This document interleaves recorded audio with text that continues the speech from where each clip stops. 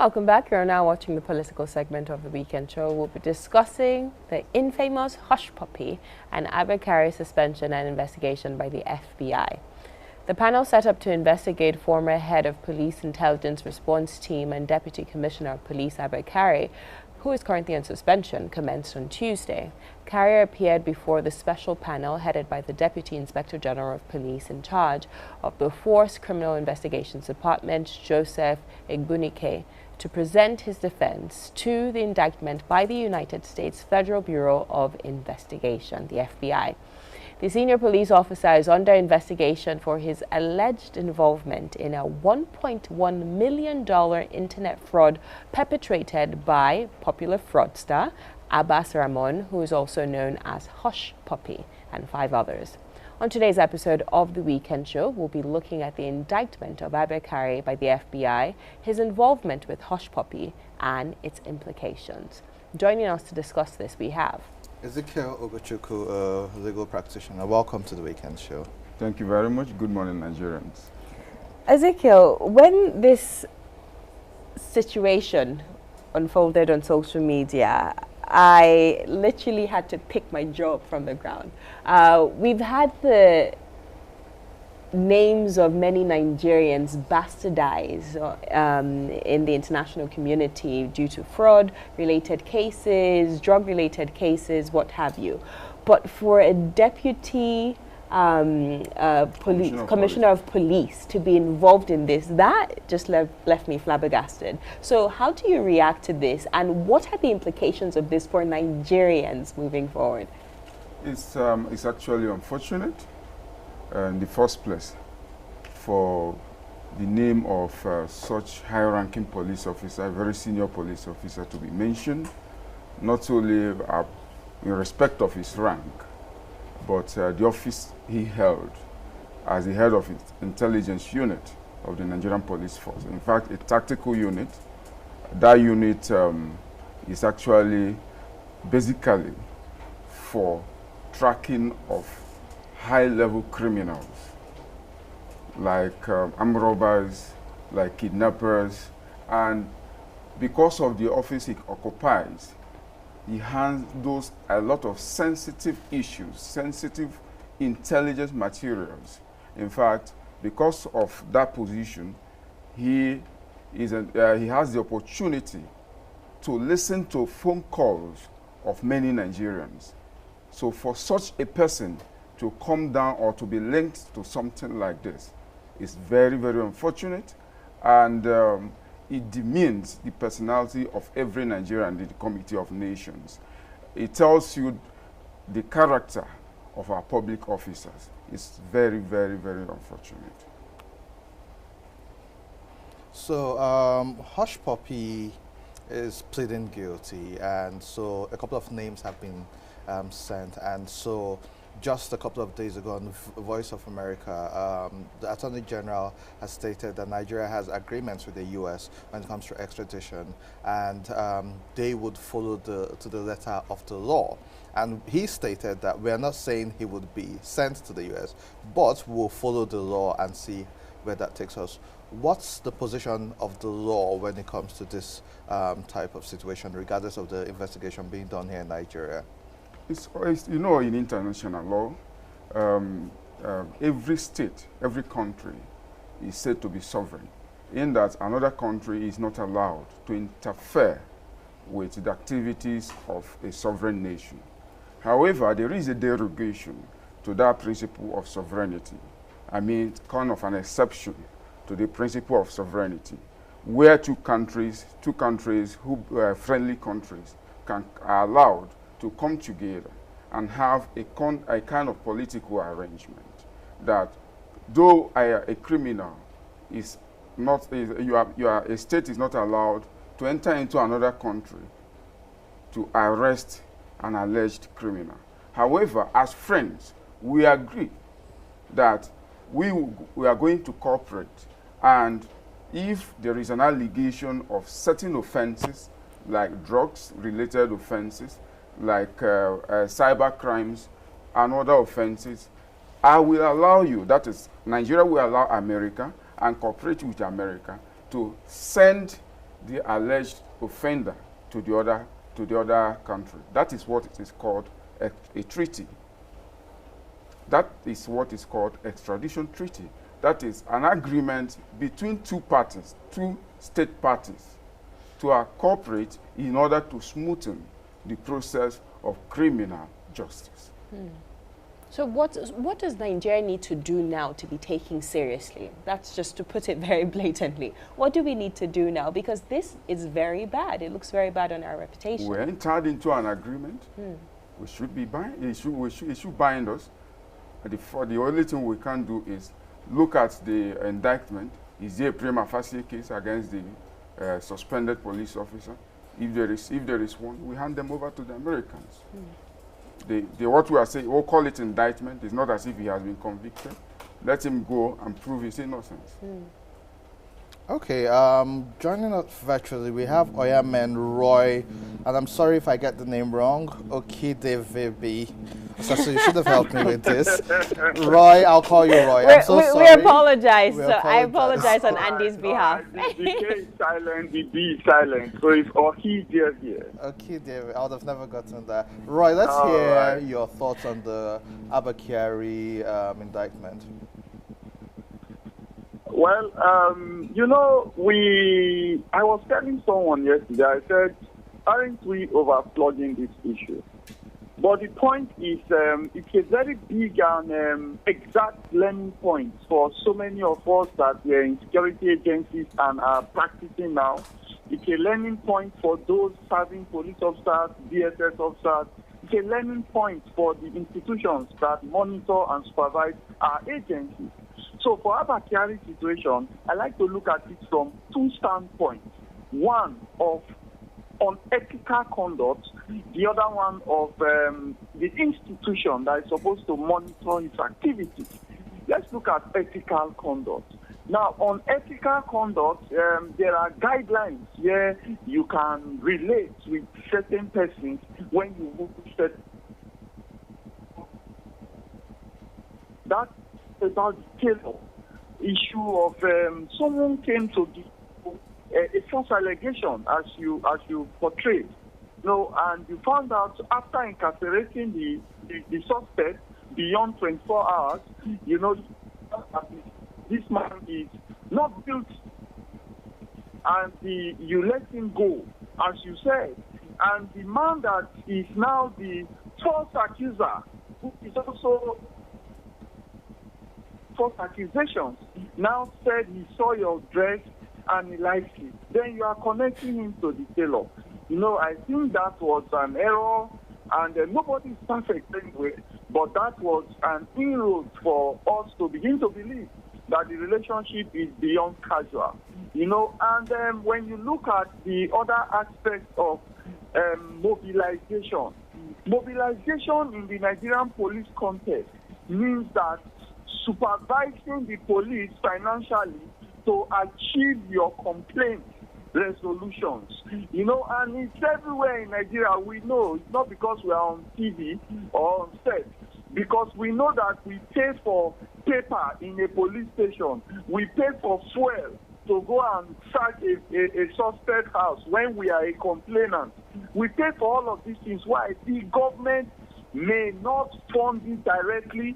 The government may fund it and it is diverted. Then still, it is also an institutional failure. Institutional failure means that there are expectations when you hold the office of the head of the IROT. So that means there are disciplinary committees in the Police Service Commission, in the office of the IG, that are supposed to monitor excesses of officers. You know, so we can't just carry Abba Kyari out now and begin to flog him. We will fail. Why? Because the next officer to hold an office will not be monitored or supervised appropriately. Who is supposed to monitor excesses? Every organization in Nigeria has a policing system. The army has the military police and the military intelligence. The Navy has the naval police. The Air Force has air police. All of these capacities, they call excesses in the personnel. You know, the police also has its own internal policing system that is supposed to see you viral on maybe a social media or see you viral on physical practice you attend and begin to call you to order. You know, because the guy is living his life, he's a human being. So what did the institution do to curb those excesses of his association, of his social media activities, to put him in line so that his activities will be tailored towards delivering police initiatives for the people? You know, so if you look at these two angles, you begin to think in a broader perspective on how to help our situation in future. Roy, I completely agree with you. I believe most of the issues that we face in Nigeria are most times the systemic one rather than just a one-off case. So how do we go about building this system that you recommend? What are some immediate steps, giving the facts on ground now, giving the situation of what has already happened, giving the backlash and the way this would affect, you know, us as Nigerians? What can we do moving forward to correct this and build a system where we would checkmate excesses that you have spoken of? Okay, thank you very much. I appreciate you. Now, let's look at the current situation where a four-man committee has been set up.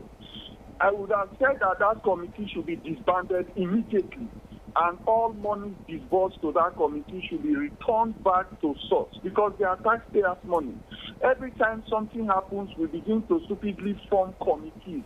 There is a committee already in the police that we have, in the Nigeria police, to look at disciplinary actions. In the army, we have the court martial. Once you just do anything out of place, you face court martial. One or two people sit down, they don't need to form a committee, begin to publish names, you know. Then another thing is the disciplinary committee that want to review these reports and the allegations and the evidences that FBI is supposed to have had. Then that committee will now address it in the perspective of local and international crime. They need to first look at the local aspect. What were the crimes committed in the allegations that have infringed on our laws in Nigeria? And what will be also portrayed as that the FBI will use. So if there are legitimate infringements in Nigeria here, I request publicly that it should be addressed first, dealt with first, and moving him hand for hand, so that we will be able to have some time to close up stuff that we create in and insults and portray us about in the international community. Because the police that we have is the lowest end, especially after the end and appropriate reforms have not been done. We said we removed SARS and we are bringing in one other one, and nothing has been specific. No funding has been effectively directed towards logistics, motivation, and upgrading our training institutions, both the physical, paraphernalia, and the content of the training curriculum. You know, so we have not done all of that. So our police is something we need to treasure right now, that we must bring to power, because criminality continues. Criminality must be caught by a policing system. So let's look at the international aspect. What are the laws that guide the extradition? Are they appropriate in this context? So do we have a judicial system now? The police that we have, the military, where I come from, has a judicial institution. So the police also has judicial institutions. In fact, I'm sure that the police have more lawyers than the military. So they should sit down, look at the international context for extradition, and begin to address it as an international relations matter. Because we have the Interpol, which is supposed to liaise with the FBI in the first place. We have the TSS, we have the NSA, Office of the Security Advisor, of the country. These are bodies that should liaise with external security agencies from other countries. What is the interaction module? What is the level of interaction? What are we looking to achieve? Are we looking to achieve the context of joining to fight corruption and cyber crime that Hush Puppy was good at, and to show to the world that if we have any bad egg, we'll give them to you, so that we score some points. But let's be sure that it's a bad egg before we give him out. Okay, Roy, final question. Most of this cyber crime which we see reported are committed by people not in Nigeria. For instance, Hush Puppy has a second nationality.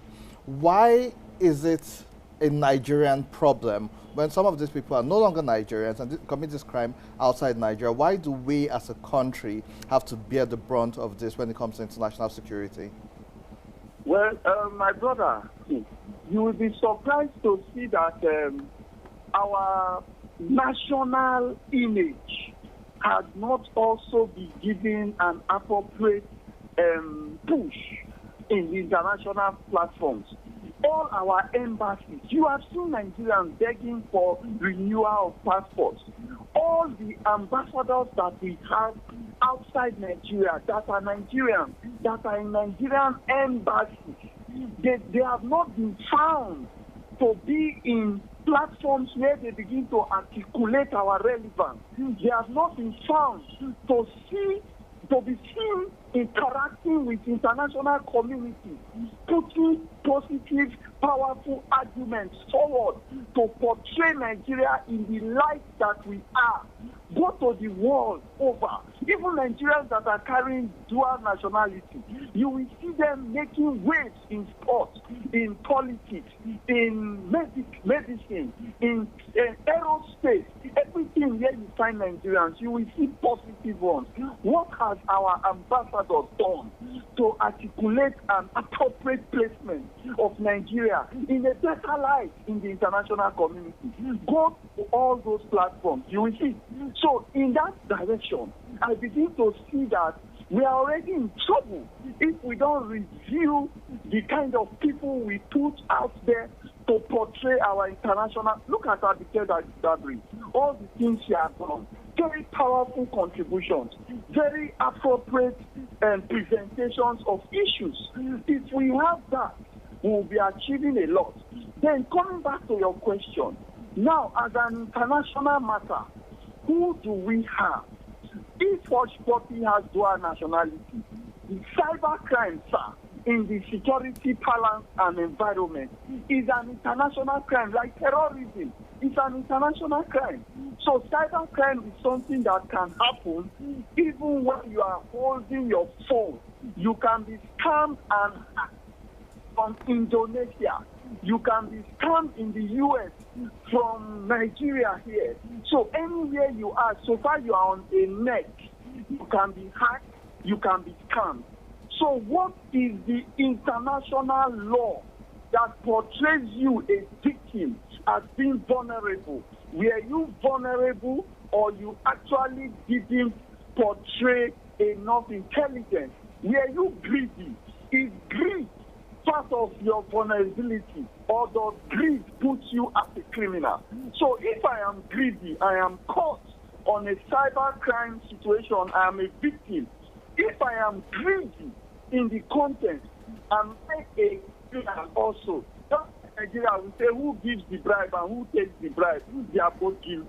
So we need Nigerians that are placed in the judicial sector to begin to interrogate these things, so that when Hush Puppy like that have dual nationality, they commit such a massive crimes, then we can separate ourselves and say this guy is carrying two passports, this victim is also liable to the crime. So can we remove Nigeria now and say two human beings had a transaction and there was default? Thank you so much, Roy. Ezekiel, let's bring the conversation to you. Let me give you an opportunity to react to some of the suggestions that he preferred. So what's the way forward? What's the lasting solution that we can count on? Well, before I go to the issue of the way forward, I just want to add to what he said about the last question posed to him about international crimes and all that. Outside the fact that cyber crimes happen everywhere, terrorism and all that, even in our even locally here, even in Nigeria, interstate crimes happen, and there's something we call elements of an offense. When an offense commences in Abuja, for instance, if I issue a check here, and I was led to believe that the money will be used for something else, and then the person cashes the money in Lagos, though there are two criminal, Lagos and Abuja have different criminal jurisdictions. I can be tried. That person, the person that committed the offense, can be tried in Abuja and can equally be tried in Lagos. It's the same thing that happens in transborder offenses. If an element of the offense happens in Nigeria, starts in Nigeria, for instance, and the commission of the offense is concluded in the United States, that person who committed the offense can be tried in Nigeria and can equally be tried in the United States. That is what is happening now. That is the issue that happened with Hush Puppy. For instance, what is the accusations against Abba Kyari? The accusation against Abba Kyari by the United States is that he facilitated the commission of the offense. Many will argue that he was in Nigeria, he only arrested someone and all that. But from the 60-something page indictment, you find out that there was an element of commission of facilitating the offense, which in itself is conspiracy between the person that actually committed the offense and the man that was in Nigeria. Why do we say that it is conspiracy? Because though he was not part of the initial plan to dupe the victim, however, along the line, they ran into trouble and it came to him. It's just like a man, thieves escaping, and then there is a blockage on the road, and then they call on a third party to help them remove the blockage. That third party can be convicted for conspiracy, and that is what the U.S. is saying. And the problem we have is the problem of institutions. Just like Roy said, if you look at what is happening in Nigeria, I will tell you that the SIP, that is the Special Investigation Panel of the police, is unconstitutional. If you look at the decision of the Court of Appeal in the case of Police Service Commission and the Attorney General of the Federation and two others, it is very clear that the discipline of any police officer, the appointment, discipline, promotion, and others of any senior police officer is clearly the duty of the Police Service Commission. So what is the Egbunike Committee doing? What is the SIP doing? In fact, I once challenged it at the National Industrial Court. And the police do not have the powers to investigate. The power to punish police officers, to discipline them, is that of the Police Service Commission. So why are we wasting time? Why are we wasting time that the man should go to SIP first? The police will recommend before the recommend to Police Service Commission, before we talk of even responding to the request of the FBI. And all this comes at a cost to us, the taxpayers. We are wasting our time. And not only the cost alone in terms of monetary cost, what of the international reputation? How would the other countries look at us? Would they see us as a serious country? And then I heard the Attorney General the other day saying, talking about judicial process. What kind of judicial process are we talking about? Is the Attorney General now the lawyer to Abba Kyari? We all know the process here. If Abba Kyari feels that there is a particular procedure that was not followed, he should go to court, not the country going to court on his behalf. Not the country putting hurdles on the way. That is what we are saying. The SIP, they recommended to the Police Service Commission first, and after that, The Police Service Commission will say, we suspect, oh, we will go back, investigate again and come back to you. What is the essence of establishment of the Police Commission in the first place? So at the end of it all, you find out that our institution is flawed. The police structure itself is flawed. Why should we wait for the United States, the FBI, to find out that a police officer of the caliber of Abba Kyari is abusing his office? Though I don't want to rely on accounts on the social media, but if that is the case, he admitted to 2 crimes. He admitted that he abused his office. He admitted that he was carrying on the business of trading while being a police officer. And that is the kind of man that is heading our the intelligence department of the Nigerian police force. That's bizarre. Ezekiel, that's a fine place to leave it. Thank you so much for your time. Thank you so much, Roy, for your time. You could watch this and other extended clips of the weekend show on our website, www.tostvnetwork.com. Before we let you go today, we have to quiz Andy about the upcoming The Osasa Show Symposium and the Osasa Show Foundation Gala. Andy, what day is the symposium? 16th of August. At the International Conference Center. And I like the theme for this year. It's the Constitution, the people's Look at you passing the quiz already. I haven't even asked. Every Saturday we talk about the state of the nation. And I like the fact that this year we'll be having people quiz the people in power. Most times, people in power speak to Nigerians, so they just talk to us without hearing what the people have to say. And so they only rely on information from their advisors and aides. But with your symposium, they get direct contact with people who can ask the right questions and try to get possible solutions, as opposed to just hearing ready-made solutions regurgitated. Exactly, and it's about feeling the pulse of the people. It's about we the people this time, and having our thoughts, our desires being heard by those in office to actually go about implementing it. And you'll be playing a key role. Yes, you will I'll be facilitating the question and answer, and also the red carpet, getting the first bit of information from our special guests. But tell us, who are the speakers and the guests we should expect? Well, we have so many speakers who are coming. We have the Canadian High Commissioner who's going to be there giving the opening. Visa? You don't need a visa. You need to be in Nigeria to help, you know, develop. Amen. Amen. Okay. All right. So we have him going to be participating. We have many executive governors who are coming, many people from the executive arm of government, as well as the parliament as well, because they are actually the key focal people who would help us in amending the constitution to be reflective of the desires of the people. So during our different focus groups across the 6 geopolitical zones of the nation, we heard it from a lot of Nigerians about the need to devolve powers down to the state level, down to the local government levels, the need for fiscal federalism, true federalism, the need for a constitution that is really, again, I keep on saying this, reflective of the people, because it's one thing to come to Abuja and make all these lovely written policies and laws, but it's another thing to actually go to the local government areas and speak to these people on ground and ask them, what is your desire? How can we start to draft laws and policies that are desirous of you people and reflective of your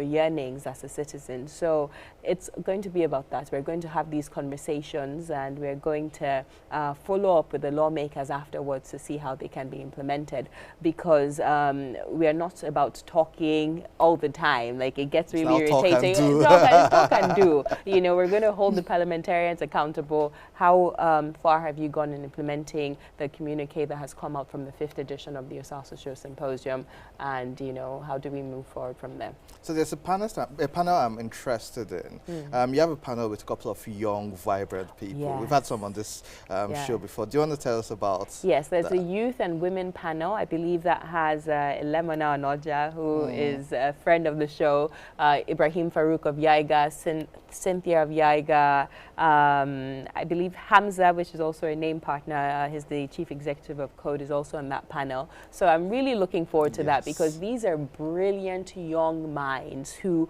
have experience. So it's not just about them regurgitating theories that they've read in their classroom or in their textbooks. They actually have experience in community organizing. With high success rates. High success rates. We saw the success rate with the Not Too Young to Run bill that was passed into law, you know. So, and we saw with Hamzi, you know, the tracking of the funds for the community in Zamfara State who had many people suffering from lead poisoning, dying from lead poisoning. We saw him tracking those funds to ensure that they go back into those communities to repair things. So these are young people with high success rates. They are not just there to talk, but they're there to also share their wealth of wisdom from the experience that they've had over the years. So it's going to be a very interesting time at the symposium. There's a fun part. There's a fun part. But before we get to the fun part, can we tell them how to register for the symposium? Please. Yes, so just go to www.tossymposiumv.eventbrite.com. So that's www.tossymposiumv.eventbrite.com, or follow us on social media at TOS TV Network and just click the link and it'll take you right there. So you could register, and it's a hybrid event. So for those of you who can't make it in person, you can log on to our website, www.TOS TV Network, and you could you know, participate virtually as well. So after all the serious talk in the morning, this is Andy's favorite part, I'm sure. We party in the evening. Hallelujah. Fireboy is coming. Fireboy is coming, yes. Arya Star. I love her new album. You know, I logged into my iTunes this morning because every time I'm getting my makeup done, I'm always listening to Christian music. And I saw you had listened to Arya Star. Yes, I've been listening to it for the last 24 hours. I love it. I can't wait to listen to her. I listen to it when I go home now. So, yeah, Arya Star is performing. Fireboy is performing. Buju, I like the way I'm feeling now. I think he featured on that one. Then Gloria, who we had on the show. Oh, yes, the young lady. She's performing. The children we're sending to school, they're all coming in from Kanu, you always from bring Edo. them. You brought them for the last one. Yes, we brought them for the last one. And so many of the beneficiaries, even the women that we're empowering with financial literacy skills and startup capital to sustain their small to medium scale businesses, they're going to be there as well. So the evening is going to be a lot of fun. We're going to party hard for a very good cause, and I really look forward to that. All the work you've put in. Well done. You've done amazing. Thank you so much. Well done. I can't wait to be there. Thank you. Me too. I can't wait to do this in 9 days. So everyone sign up. All the details are on our website, www.tostvnetwork.com. Follow us on social media at TOS TV Network, at Osaso Igbenadian. Andy Madaki on all social media platforms. We'll see you same time, same place next week. Until then, keep washing your hands, keep practicing social distancing, keep wearing your face mask. We will be wearing our face mask at the event, all right? And until then, take very good care of yourself. God bless you.